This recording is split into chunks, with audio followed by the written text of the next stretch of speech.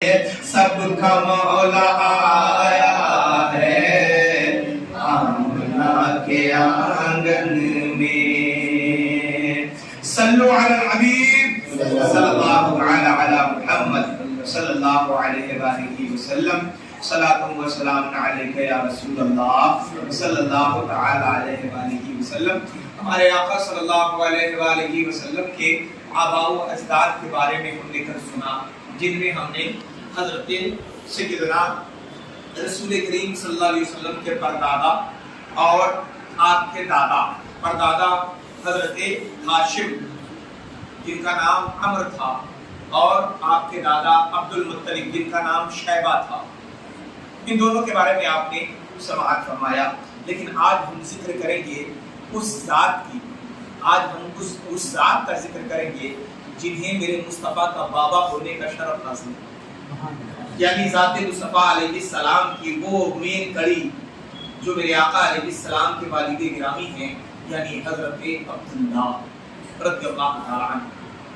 حضرت عبداللہ یہ ہمارے حضور رحمت عالم صلی اللہ علیہ وسلم کے والد ماجد ہیں. یہ عبد المطلب کے تمام بیٹوں میں سب سے زیادہ باپ کے لاڈلے اور پیارے تھے. بڑے خوبصورت، بڑے حسین و جمیل، دور سے ہی پیشانی پر ایسا نور چمکتا تھا کہ جو دیکھتا تو دیکھتا ہی رہتا تھا. میرے آقا کے بابا جان تو بڑے پیارے تھے، چونکہ ان کی پیشانی میں نور محمدی اپنی پوری شان و شوکت کے ساتھ جلوہ گر تھا.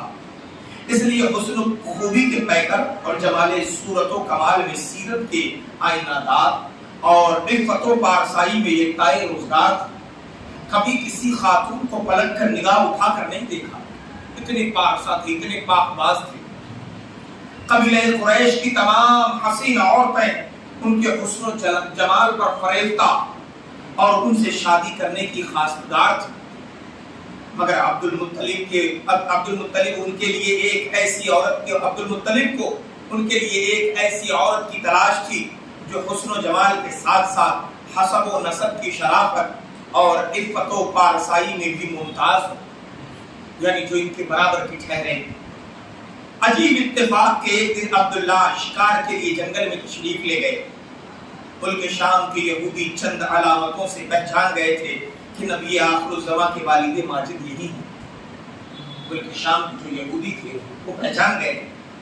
چنانچہ ان یہودیوں نے حضرت عبداللہ کو بارہا قتل کر ڈالنے کی کوشش کی.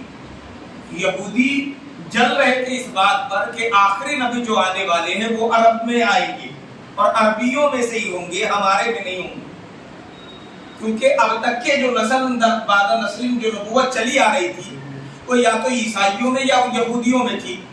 لیکن یہ پہلا اتفاق تھا کہ حضرت اسماعیل علیہ السلام کے بعد اب پہلا کوئی نبی عرب والوں میں اتنی مدت کے بعد آ رہے تھے. اور یہ کتابوں میں انہوں نے پڑھ لیا تھا، توریت میں، انجیل میں، تو دشمن وہ بنے پڑے تھے.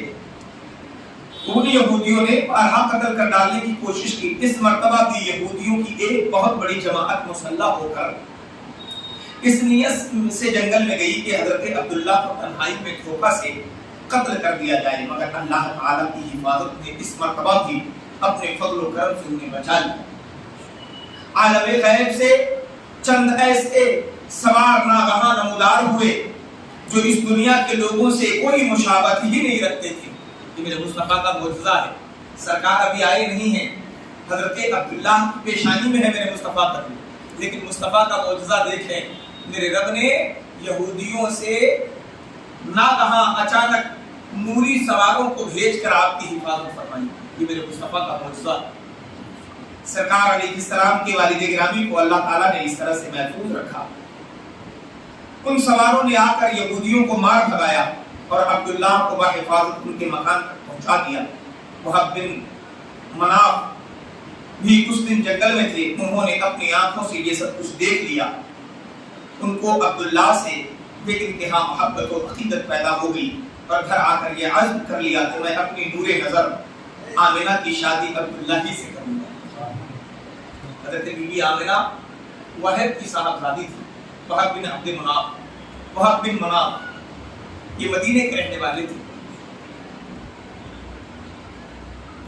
چنانچہ اپنی اس دلی تمنا کو اپنے چند دوستوں کے ذریعہ انہوں نے عبد المطلب تک پہنچا دیا۔ خدا کی شان کی عبد المطلب اپنی نور نظر عبداللہ کے لیے جیسے دلہن کی تلاش میں تھے، وہ ساری خوبیاں حضرت آمنہ بنت وہب میں موجود تھی۔ اور کیوں نہ موجود ہوتی، میرے آقا کی امی جان جو تھی اور وہ میرے آقا کے بابا جان تھے۔ اعلیٰ حضرت سرکار نے کیا فرمایا؟ تیری نسل پاک میں ہے بچہ بچہ نور کا، تو ہے عین نور تیرا سب گھرانا نور کا۔ اور کیا مہکتے ہیں مہکنے والے، بھوک چلتے ہیں مہکنے والے۔ میرے عزیزوں، وہ ساری خوبیاں حضرت سیدہ آمنہ میں موجود تھی۔ عبد المطلب نے اس رشتہ کو خوشی خوشی منظور کر لیا۔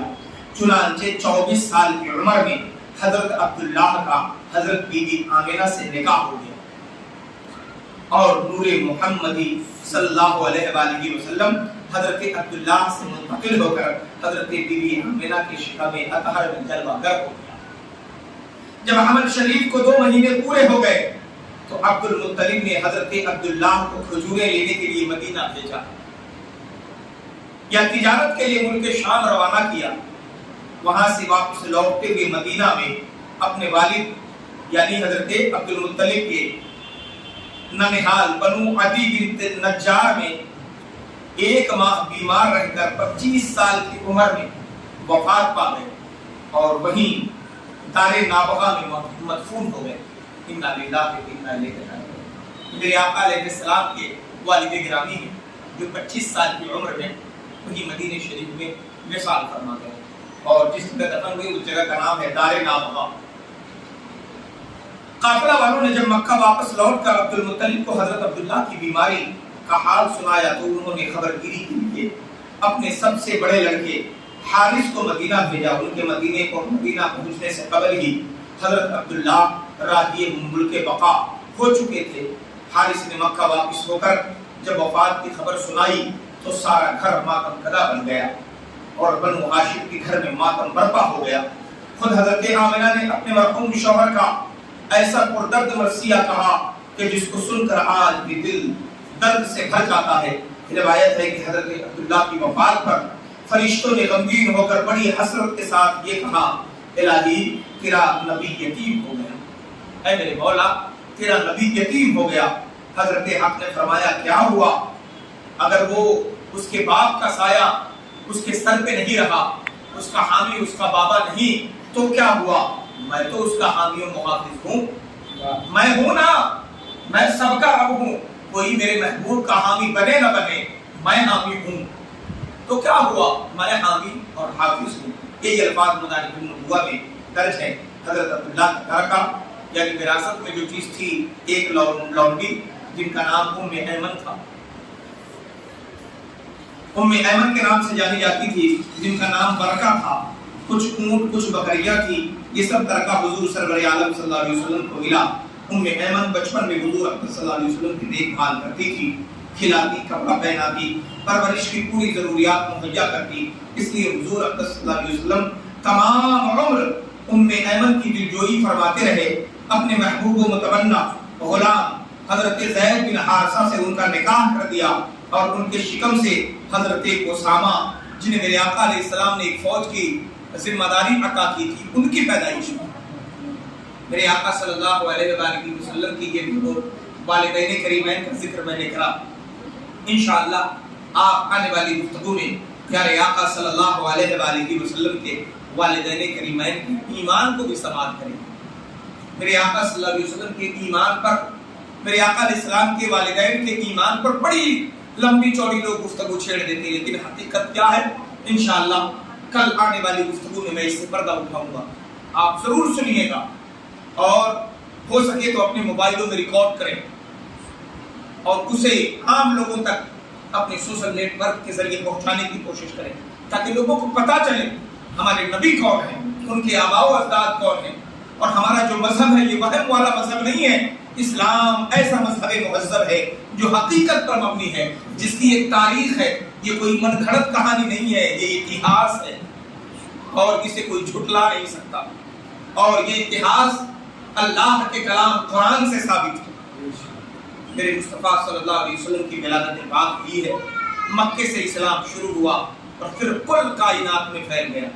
حقیقت میں اسلام تو بہت پرانا ہے، حضرت آدم لے کر آئے، پھر ہر زمانے میں اس کے الگ الگ نام رہے، لیکن جب میرے آقا علیہ السلام تشریف لائے تو رب نے فرمایا ان الدین عند اللہ الاسلام، سن لو تمام دینوں میں سب سے پسندیدہ دین تیرے رب کو جو دین پسند ہے وہ دین اسلام ہے۔ بے شک تمام دینوں میں سب سے مہذب اور پسندیدہ مذہب اسلام ہے۔ اس لیے میرے دوستوں میں تو اتنا کہوں گا کہ دامن مصطفیٰ میں آ پائے رسول تھام لے، دامن مصطفیٰ میں آ پائے رسول تھام لے، اور مصطفیٰ صلی اللہ علیہ وآلہ وسلم کا ذکر اس طرح کریں کہ قرن و بدلی رسولوں کی ہوتی رہی، قرن و بدلی رسولوں کی ہوتی رہی، چاند بدلی کا نکلا ہمارا نبی، اور سب چمک والے اجل چمکا کیے، اندھے شیشوں میں چمکا ہمارا نبی۔